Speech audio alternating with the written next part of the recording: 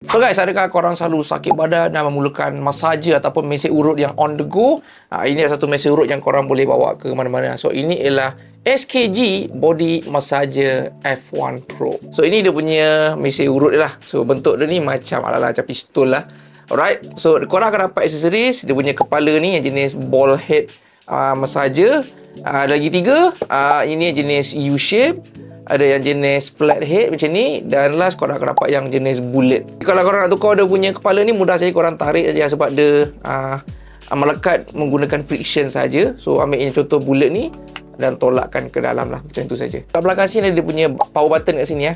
Alright, power button kat sini dan juga ada a few LED indicator. So contoh kalau nak on, tekan lama-lama dekat power button ni, okay, dia akan bergerak lah. So kat sini ada satu lagi LED indicator menunjukkan dia punya battery capacity. Kalau macam hijau ni masih lagi penuh lah. Dan juga ada 6 LED indicator. Ini menentukan dia punya intensity lah. Pasal kata nak makin kuat sikit, tekan sekali sampailah dia penuh. Kalau nak cas, kat bahagian bawah sini ada dia punya USB-C port lah. Dia punya battery capacity dia ialah 1800 mAh. So bergantung kepada usage korang lah. Kalau korang guna lagi high intensity yang lama, ada akan makan battery lebih kuat lah. So cara nak gunanya, direct saja talakan ke bahagian otot korang yang mungkin tengah sakit lah. Mungkin hari ni korang tengah buat bicep curl, nak bagi recovery sikit, talakan ke bicep macam tu dalam lebih kurang 60 saat lah. Dan sedangkan alihkan ke tempat lain pula. So guys, kalau korang nak dapatkan SKG Body Massager F1 Pro ni, boleh dapatkan sekarang.